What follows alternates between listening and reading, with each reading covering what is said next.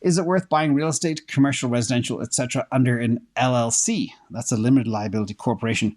What are the pluses and minuses? I'm planning to buy my first CRE. Well, first of all, be very, very careful. I don't know what part of the world you're in, but commercial real estate in the US is going to tank hard, with the exception of storage facilities. So I hope you're thinking about buying a storage facility. Otherwise, wait. Wait for more shoes to drop.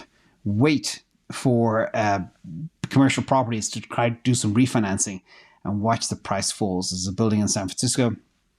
It's fallen by 80% in the last year and a half because of a whole bunch of different factors. So just be careful with commercial real estate. Next, LLC. What are the benefits? There's a whole bunch. LLC, first of all, has limited liability. That's what you want. So if something does happen to that LLC, it means your personal assets are protected in the event that the LLC is sued or goes bankrupt, or somebody trips and falls and hurts themselves in your property, etc. This can be a significant benefit for real estate investors, and it can help protect them from financial losses if something goes wrong with a property investment. By the way, forgot to add, I'm not a lawyer. I'm not a tax accountant. I don't know how this works in different jurisdictions across the world, but I'm just talking about the US particularly. And even in the US, state to state, this can be different too. So talk to your attorney.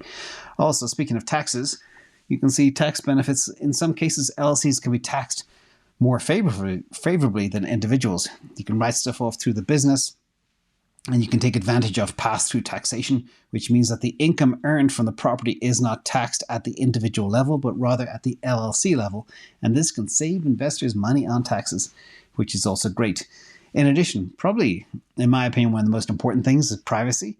An LLC can help protect the privacy of its members. That is because the name of the LLC members are not typically listed on public records, and this could be a valuable benefit for investors who want to keep their personal information private.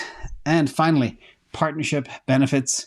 It's a good way to manage a partnership. It could be between you and your wife or business partner, whatever.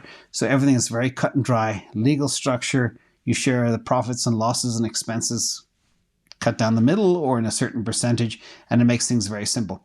Now, the bad news from an LLC is it does cost legal time to set it up. And then there's annual fees to, pay for the corporation. But literally all the benefits far exceed the little fees. So if the property is worth at least, say, $200,000, go for it.